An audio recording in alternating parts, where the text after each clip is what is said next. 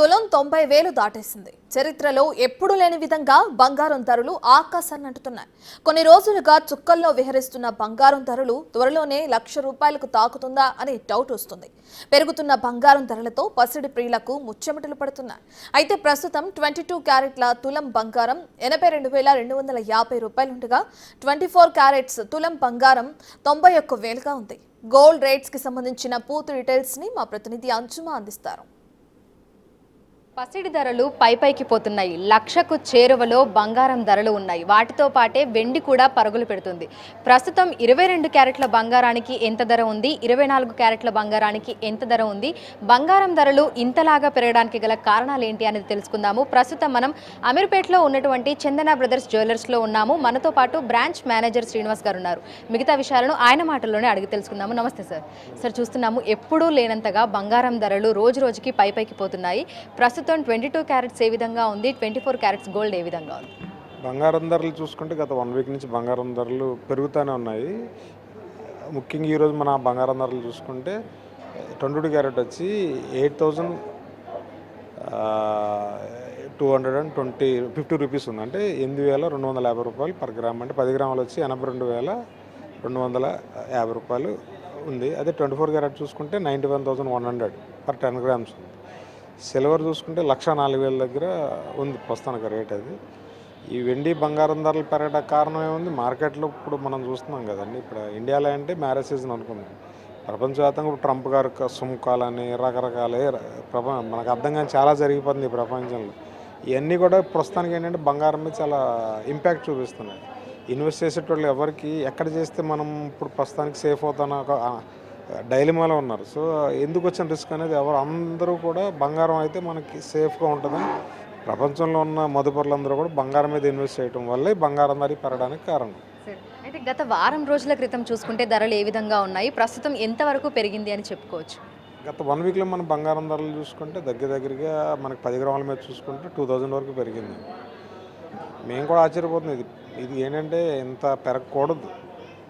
అంటే ఏదైనా వస్తువు పెరగాలి, దాని లెక్క ప్రకారం పెరగాలి తప్ప లెక్కకి మించి పెరగకూడదు. అది ఏ వస్తువు అయినా నేల అవ్వచ్చు, మనం అవ్వచ్చు, వస్తువు అవ్వచ్చు. సో అది బంగారం ఈ రకంగా పెరగడం అనేది మంచి పరిణామం కాదు. ఎందుకు అంటే ఇది ఎక్కడికి లాగుతుందో తెలియదు. నాకున్న సమాచారం, మా జ్యువెలరీస్కున్న సమాచారం ప్రకారం బంగారం ధర ఎంత తగ్గినా కూడా ఒక 85,000, 84,000 లోపుకి అయితే ఇంకా రాదు. మర్చిపోవడం అది. చాలామంది ఇంకా 70కి వస్తుంది, 60కి వస్తుంది, మళ్ళీ పాత రోజులు వచ్చేస్తే అనుకుంటే కళ కనొచ్చు, తప్పలేదు. కానీ కళ నిజమే అవకాశం అయితే లేదు. అయితే ప్రస్తుతం మనం చూసుకుంటే చాలామంది కూడా బంగారు ఆర్నమెంట్స్ కొనాలి అని చెప్పేసి అని అనుకుంటూ ఉంటారు. పెళ్ళిళ్ళకైనా శుభకార్యాలకైనా సరే ఈ పెరుగుతున్నటువంటి ధరలు కస్టమర్ల మీద ఏ విధంగా ప్రభావితం చూపిస్తున్నాయి? ప్రస్తుతం ఎట్లా ఉంది సార్? అంటే వ్యాపారం ఎలా ఉంది? ఒకటి చెప్తానండి, పెరిగినప్పుడు ఇంపాక్ట్ అనేది ఉంటుంది. అంటే దాన్ని డైజెస్ట్ చేసుకోవాలి. ఎందుకు అంటే నెక్స్ట్ పెరిగే ఎంతకు మించి ఇప్పుడు పెరిగింది, నిన్నటికన్నా ఎక్కువ పెరిగింది, ఇది నిజం. రేపు భవిష్యత్తు కూడా ఇది ఇవాళకి మించి పెరుగుతుంది. సో కొనేటోడికి కొంచెం బాధగానే అనిపిస్తుంది, ఇలా పెరుగుకుండా పోతే మన కళలు ఏమైపోతాయి అని. దాన్ని డైజెస్ట్ చేసుకుని పెద్ద కళ అనుకుంటుందని కొంచెం తగ్గించుకొని కొనుక్కోవాలి, తప్పదు. ఎందుకంటే బంగారం లేకుండా మన భారతీయత ముందుకెళ్ళదు. ఎందుకంటే భారతీయతలో బంగారానికి ఒక స్థానం ఉంది. అది ఎలాంటి స్థానం అంటే దాన్ని చాలామంది మెటల్ అంటారు కాదు, దాన్ని అదొక ఫ్యామిలీ కింద చూసే ఫ్యామిలీలు కొన్ని కోట్ల మంది ఉన్నారు. బంగారాన్ని వెండిని మనుషుల నుంచి వేరు చేసి ఎప్పటికీ మనం చూడలేము. ఎందుకంటే అది లేనోడి లేవచ్చు, ఉన్నోడి లేవచ్చు. ఆ ఇంట్లో బంగారం ఎంతో కొంత ఉంటుంది. ఆ బంగారం 10 నిమిషాలు కనపడకపోతే అది కోడేశ్వడైనా అంతే కంగారు పడతాడు, లేనోడైనా అంతే కంగారు పడతాడు. సో మనకంత ప్రాధాన్యత బంగారానికి ఇచ్చేస్తున్నాం. సో బంగారం ఎంత పెరిగినా కొంటానే ఉంటాం. కాకపోతే కోరికలు పెద్దవి కొంచెం చిన్నవి అవుతాయి.